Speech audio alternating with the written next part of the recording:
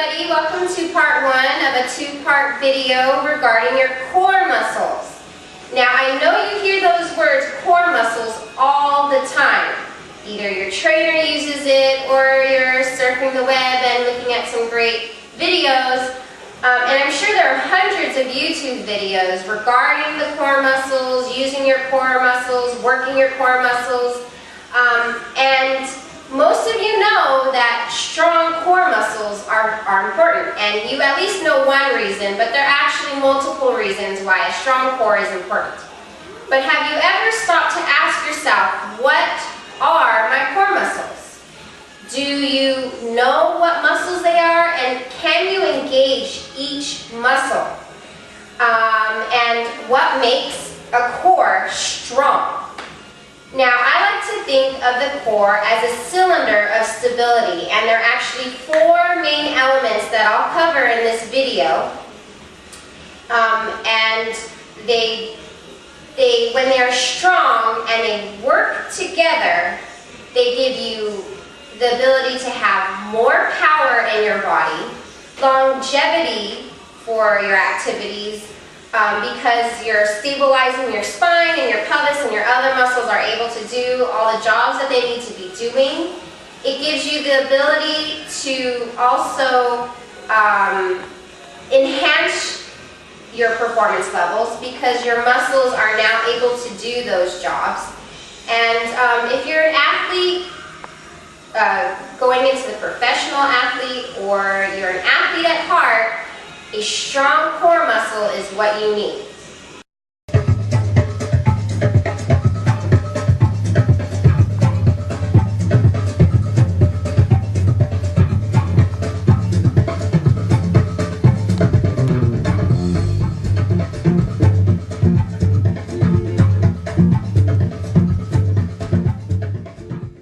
So today is the day we are going to learn what the core muscles are.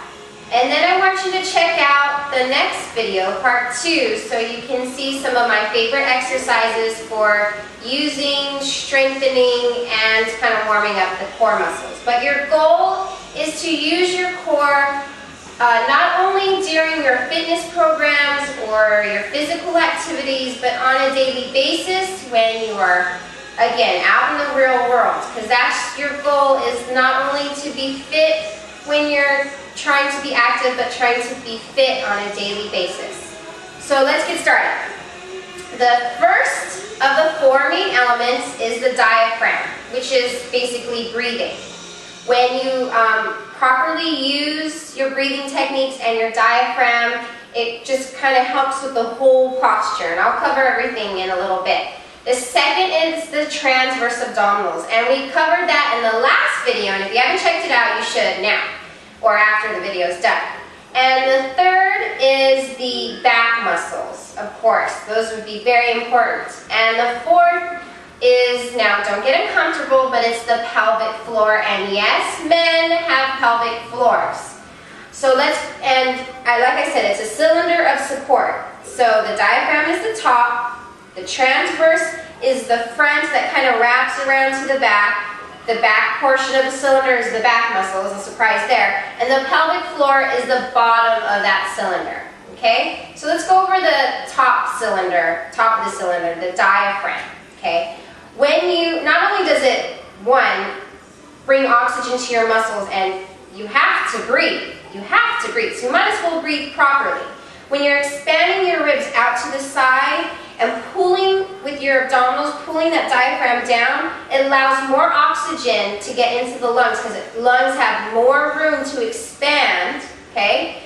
And you don't want to breathe too much here or releasing here, because if you want to be using your abdominals, you need to know how to use your abdominals and still be able to inhale.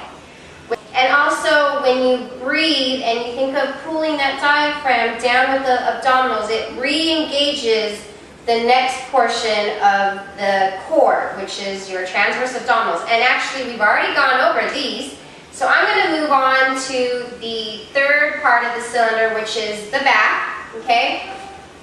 There are several layers of back muscles, and I'm talking about the second deepest layer, and these muscles only go from about 2 to 4 vertebrae. Okay, so they're very small, they're very deep, they're very close to the spine. That's all you really need to know, okay?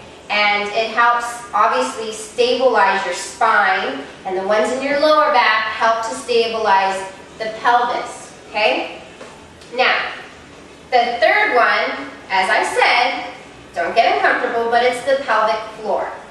Now, the reason why these are important, same as the other muscles, they're deep to your body, in the center of your body, and they are important because they are the deep layer of muscles that connect at the bottom of your pelvis, and the stability and positioning of your pelvis directly affects your lower back, okay? So that's why they're so important. Now, just to kind of get a check on how well, a lot of women, especially if you've had kids, know Kegel exercises, but just to kind of get a check on your strength of your pelvic floor muscles, basically, if you can stop midstream of urinating once or multiple times, that you can tell how strong you are or how weak you are, okay? And you want those strong because, like I said, they affect the position of the pelvis and the lower back, and we're working for a strong cylinder of strength, top, bottom, wrapping around, and the back.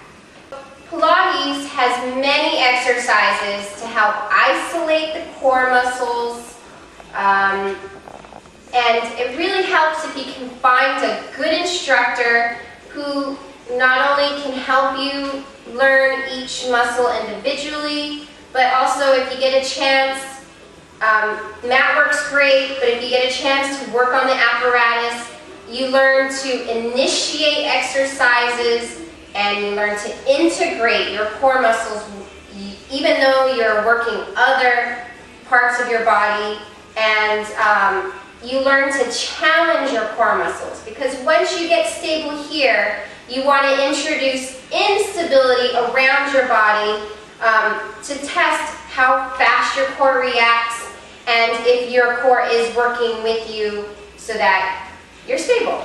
Alright, so I want you to check out the next video because I'm going to go over some of those great exercises and some of my suggestions for mat work, and I'm also going to do a little bit of apparatus work. Okay? So see you in the next video.